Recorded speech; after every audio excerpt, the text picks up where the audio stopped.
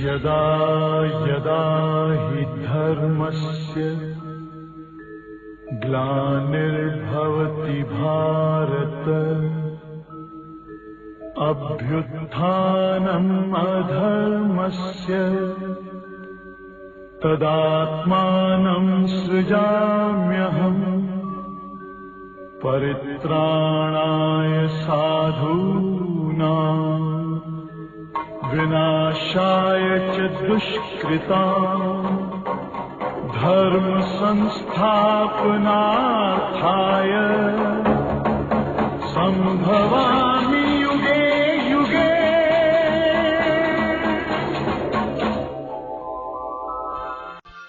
जब जब धर्म की अति ग्लानि होती है तब तब मैं अधर्मों का विनाश कर एक सत्य धर्म की पुनर्स्थापना के लिए प्रत्येक ऐसे युग में इस सृष्टि पर अवतरित होता हूं। यहां पर यह बात विचारणीय है कि अति धर्मग्लानि का समय द्वापर युग है या कलयुग, क्योंकि जब परमात्मा ने अधर्म का विनाश कर सत्य धर्म की स्थापना कर दी तो निश्चित ही उसके उपरांत श्रेष्ठ दैवी संपदा युग आना चाहिए। लेकिन सृष्टि चक्र के अनुसार देखें तो और ही घोर पापाचार जनसंख्या वृद्धि का समय कलयुग आ गया। यहां पर समय चक्र के आधार पर भी हम आपको समझाने का प्रयास करेंगे कि प्रकृति के 5 तत्व जिनसे शरीर और अनेक पदार्थ निर्मित हैं, वे सभी सतो रजो तमो 3 अवस्थाओं से गुजरते हैं, जिसे हम विज्ञान की भाषा में लॉ ऑफ एंट्रोपी भी कहते हैं। अर्थात हर प्रकृति जनित वस्तु पदार्थ नए से पुराना होता है और प्रकृति का प्रभाव पुरुष अर्थात आत्मा पर भी उसी क्रम में निश्चित रूप से आता ही है। युगों के चक्रों को आप देखें, सतयुग, त्रेता, द्वापर, कलयुग। आयु की अवस्थाओं का चक्र देखें, बाल्यावस्था, युवावस्था, प्रौढ़ावस्था, वृद्धावस्था। दिन के प्रहर का चक्र देखें, सुबह, दोपहर, शाम, रात्रि। इस प्रकार ये सभी क्रमवार सतो रजो तमो 3 अवस्थाओं से गुजरते हैं और सभी की अंतिम अवस्था थकान एवं अंधकार युक्त होती है। अतः अति थकान व अति अज्ञान के समय पर ही ज्ञान व विश्राम की आवश्यकता होती है। इसलिए यह तर्क संगत भी है कि इसी समय गीता के भगवान द्वारा गीता ज्ञान से कलयुगी अज्ञान अंधकार को समाप्त किया जाता है और आत्मा अपने घर परम धाम विश्राम के लिए आरोहण करती है और पुनः सतयुगी सतो प्रधान दुनिया में जीवन यात्रा आरंभ करती है। इसी संदर्भ में भक्ति मार्ग में भक्तों ने भगवान से प्रार्थना भी की है, असतो मा सद्गमय तमसो मा ज्योतिर्गमय मृत्युर्मा अमृतगमय। इस प्रकार गीता ज्ञान देने का समय कलयुग का अंत और सतयुग के आने से पूर्व का समय ही हो सकता है, जिसे हम पुरुषोत्तम संगम युग कहते हैं।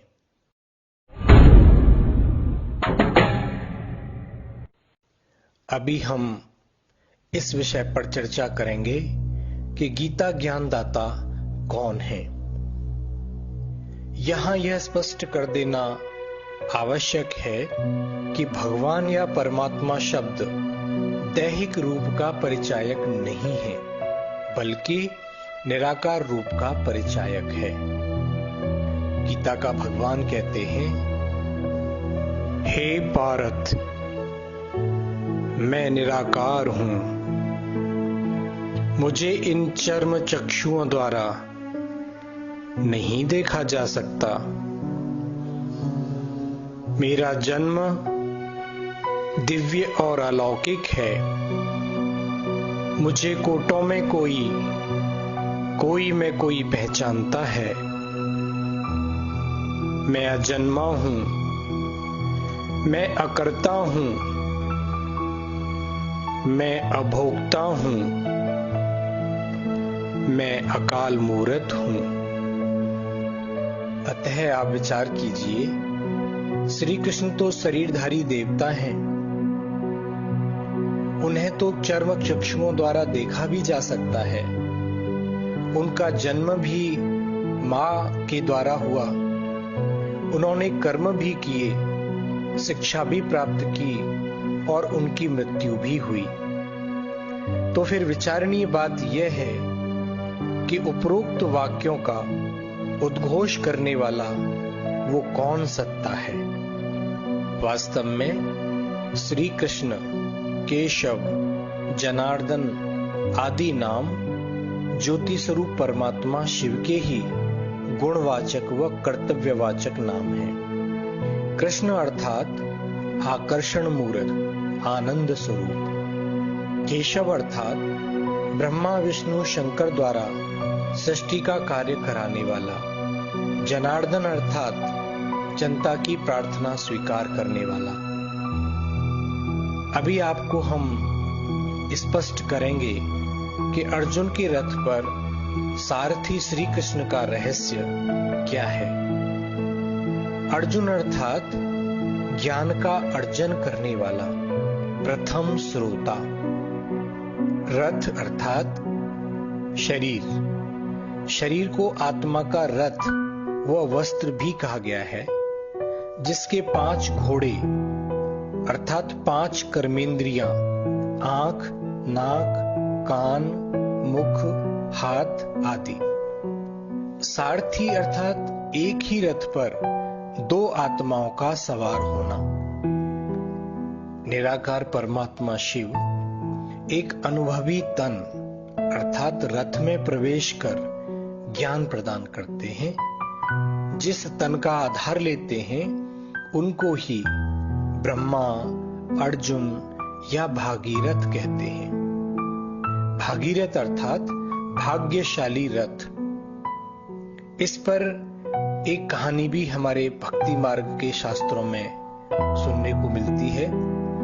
कहा जाता है कि शिव की जटाओं से ज्ञान गंगा का प्रादुर्भाव हुआ और भागीरथ उसे पृथ्वी पर लेकर आए, जिससे पतित मनुष्यों को पावन बनाने का कार्य किया गया। इसका भावार्थ यही है कि परमात्मा शिव ब्रह्मा के ललाट में बैठकर जो ज्ञान देते, उस ज्ञान जल से, उस ज्ञान अमृत से विषय विकारों द्वारा मृत समान आत्माओं को पुनर्जीवन मिलता, पतित आत्माएं पावन बनती हैं। इसके लिए भगवान के महावाक्य भी हैं कि मैं ब्रह्मा के ललाट से प्रकट होकर नई सृष्टि की रचना करता हूं। यह भी कहा जाता है कि ब्रह्मा जी ने संकल्प से सृष्टि की रचना की। गीता ज्ञान श्री कृष्ण के द्वारा दिए जाने के संदर्भ में यहां पर एक बात और हम आपको स्पष्ट करना चाहते हैं कि सतयुग के प्रथम राजकुमार जो बहुत ही आकर्षण मूर्त होते हैं, उनका नाम भी कृष्ण दिया जाता है। कृष्ण माना आकर्षण मूर्त। परमात्मा का नाम उस आकर्षण मूर्त बच्चे को दिया जाता है। वैसे भी वो आत्मा नेक्स्ट टू गॉड ही होती है।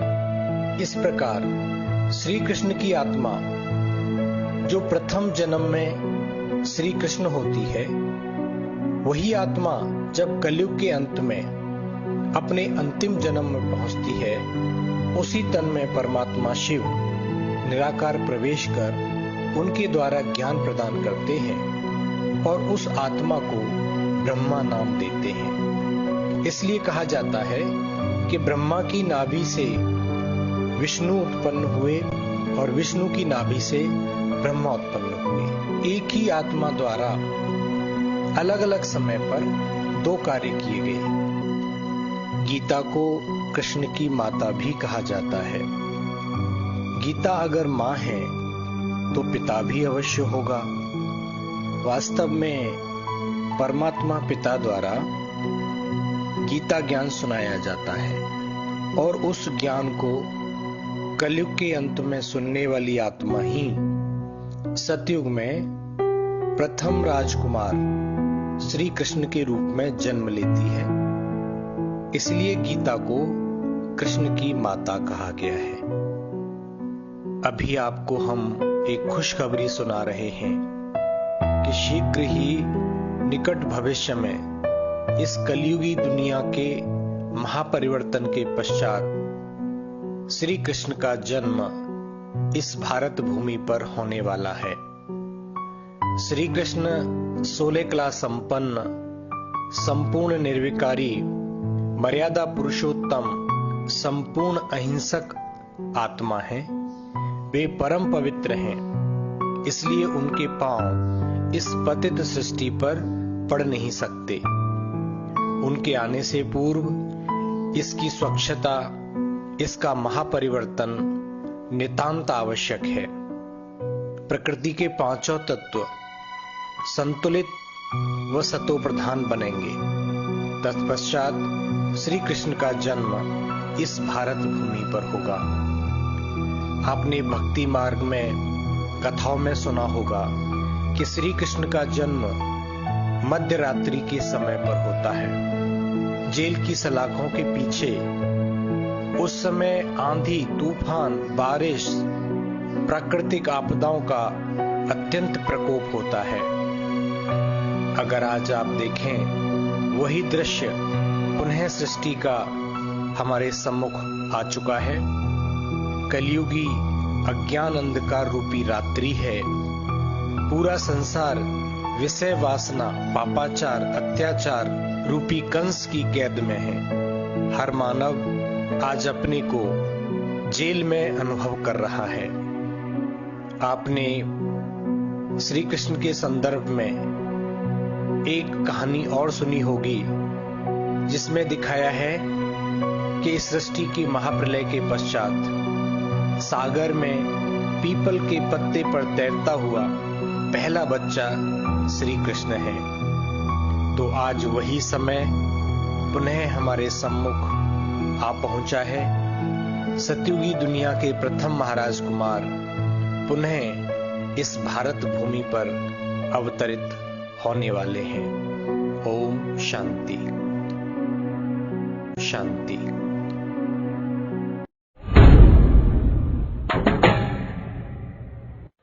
अभी हम गीता ज्ञान का उद्देश्य क्या है, इस विषय पर जानेंगे। प्रकृति पुरुष, क्षेत्र क्षेत्रज्ञ अर्थात आत्मा और शरीर के भेद को स्पष्ट करने का उद्देश्य है। आत्मा व परमात्मा के सत्य स्वरूप व कर्तव्यों को स्पष्ट करने का उद्देश्य है। कर्म अकर्म विकर्म की गुह्य गति का ज्ञान प्रदान करना गीता ज्ञान का उद्देश्य है। दैवी आसुरी संप्रदाय का अंतर समझाना, काम क्रोध आदि विकारों पर विजय प्राप्त कराने की विधि सिखाना, ये गीता का प्रयोजन है। गीता को द्वंद्व युद्ध शास्त्र भी कहा जाता है। इसे धर्म संग्राम भी कहा गया है।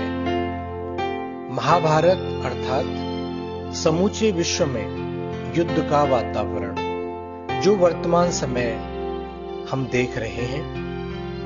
महाभारत वास्तव में मनोविकारों के साथ युद्ध की कहानी है। कुरुक्षेत्र अर्थात कर्म क्षेत्र। अब यहां पर हम महाभारत के पात्रों के ऊपर प्रकाश डालेंगे। पांडव अर्थात पवित्र विचार वाले मनुष्य, कौरव अर्थात बुरे विचार वाले मनुष्य। सभी पात्रों के नाम गुणवाचक व कर्तव्यवाचक हैं। जैसे युधिष्ठिर अर्थात मनोयुद्ध में स्थिर रहने वाला, दुर्योधन अर्थात दूसरों का धन, उनका अधिकार छीनने वाला, धृतराष्ट्र अर्थात अधर्म को देख आंखें बंद करने वाला पुत्र मोही मूर्ख राजा, अर्जुन को भी कई नामों से संबोधित किया गया है, जैसे अर्जुन, परंतप, गुडाकेश अर्थात ज्ञान सुनकर धारण करने वाला, तपस्वी, निद्राजीत। गीता का भगवान कहते हैं कि हे अर्जुन, तू युद्ध भी कर और मुझे याद भी कर। अब आप विचार कीजिए, याद करना तो एक ध्यान प्रक्रिया है जो शांत चित्त से बैठकर ही की जा सकती है। गीता में अर्जुन को बार बार युद्ध के लिए प्रेरित करने का तात्पर्य है कि मनुष्य देह व देह के संबंधों में फंसकर काम क्रोध आदि के आगे घुटने टेक देता है, उन पर विजय की आशा छोड़ देता है। इसलिए श्री कृष्ण अर्थात परमात्मा अर्जुन को कहते हैं कि तू ये धर्म युद्ध कर, कायर मत बन। इस धर्म युद्ध को जीतने के बाद ही तू स्वर्ग को प्राप्त करेगा। दूसरी ओर युद्ध में मित्र संबंधियों को मारने से क्या तात्पर्य है? वास्तव में उनके प्रति जो आसक्ति, मोह है, उसे नष्ट करने की आज्ञा गीता का भगवान देते हैं। गीता का अंतिम लक्ष्य भी यही है, नष्टो मोहा स्मृति लब्धा, अर्थात देह के संबंध, देह के पदार्थों से नष्टो मोहा बनना और एक परमात्मा की स्मृति में टिकना। मामेकम शरणम व्रज, एक परमात्मा की ही शरण में जाना। मन मना भव मद्याजी भव, परमात्मा में ही मन लगाना। अतः यह प्रमाणित है कि गीता ज्ञान द्वारा हिंसक युद्ध की शिक्षा कदापि नहीं दी गई। वह संपूर्णतया अहिंसक मनोविकारों के साथ युद्ध की शिक्षा है। और अंत में गीता ज्ञान का एक मूल उद्देश्य, मुख्य प्रयोजन है परमात्मा द्वारा दुखी अशांत आत्माओं को राजयोग की शिक्षा प्रदान कर राजयोगी बनाना। गीता का भगवान कहते हैं कि राजयोगी अद्वेष्टि होता है, उसका सभी से मैत्री भाव होता है, सबके प्रति करुणा भाव होता है। वह निर्मोही, निरअहंकारी, क्षमाशील व सदा संतुष्ट होता है।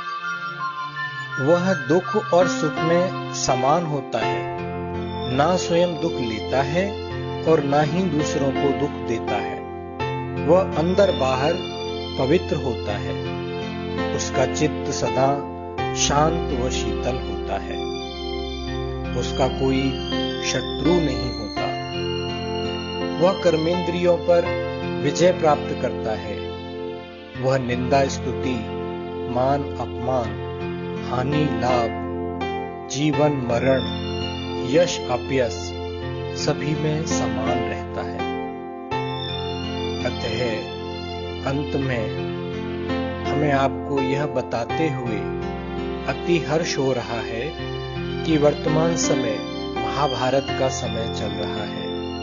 गीता का भगवान भी इस समय इस सृष्टि रंगमंच पर अवतरित होकर गीता ज्ञान सुना रहे हैं। यह परमात्मा मिलन का अति सौभाग्यशाली समय चल रहा है।